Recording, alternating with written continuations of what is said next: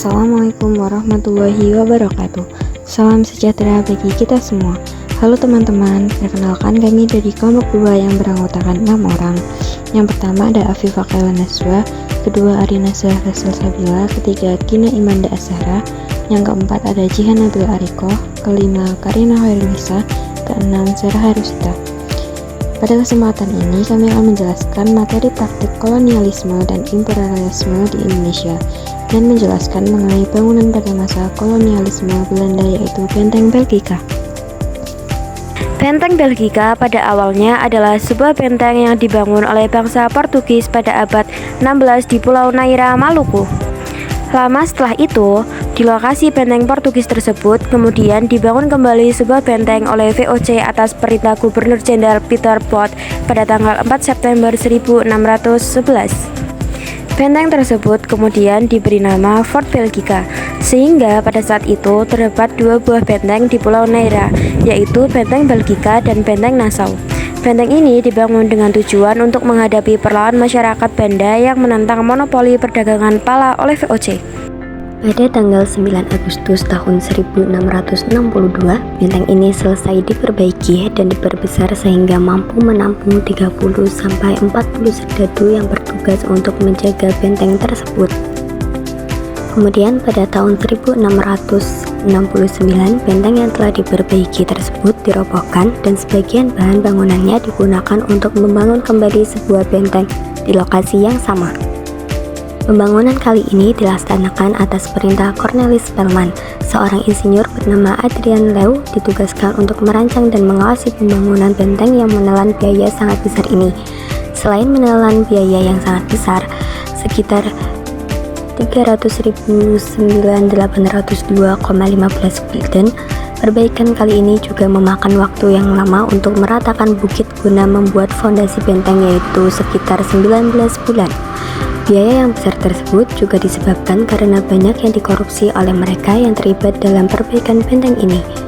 Akhirnya benteng ini selesai pada tahun 1672. 10 tahun kemudian, Komisaris Robertus Sparboek ditugaskan untuk memeriksa pembukuan pekerjaan tersebut, tetapi ia tidak berhasil dalam tugasnya tersebut. Hal ini dikarenakan banyak tuan tanah yang beranggapan bahwa biaya tersebut tidak terlalu besar jika dibandingkan dengan hasilnya. Sebuah benteng yang hebat dan mengagumkan. Karena hal tersebut, Sparboek menghentikan penyelidikannya. Walaupun benteng tersebut dikatakan sangat hebat dan mengagumkan, tetapi masalah bagaimana untuk mencukupi kebutuhan air dalam benteng masih juga belum terpecahkan. Setelah menimbang-nimbang apakah akan menggali sebuah sumur atau membuat sebuah bak penampungan air yang besar atau membuat 4 buah bak penampungan air yang lebih kecil.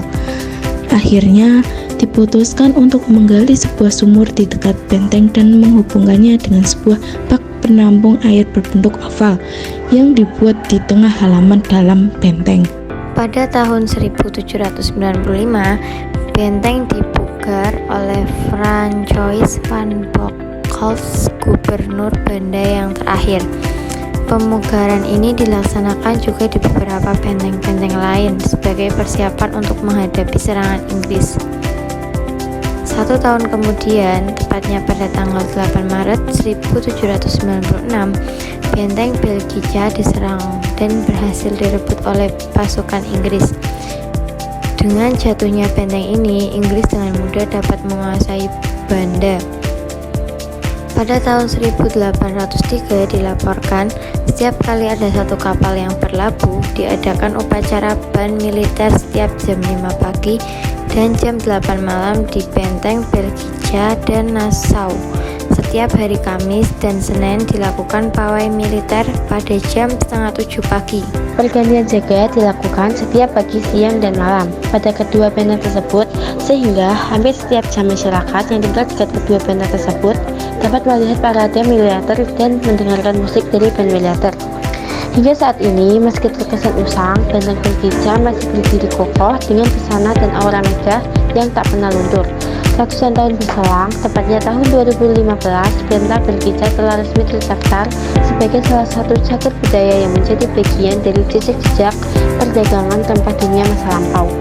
Kini, Bentang Belgija menjadi salah satu destinasi pariwisata di Banda Neira yang populer dan memikat wisatawan lokal maupun asing.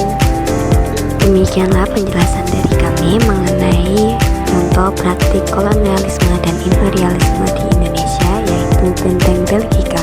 Semoga penjelasan kami bermanfaat untuk kita semua. Terima kasih. Wassalamualaikum warahmatullahi wabarakatuh.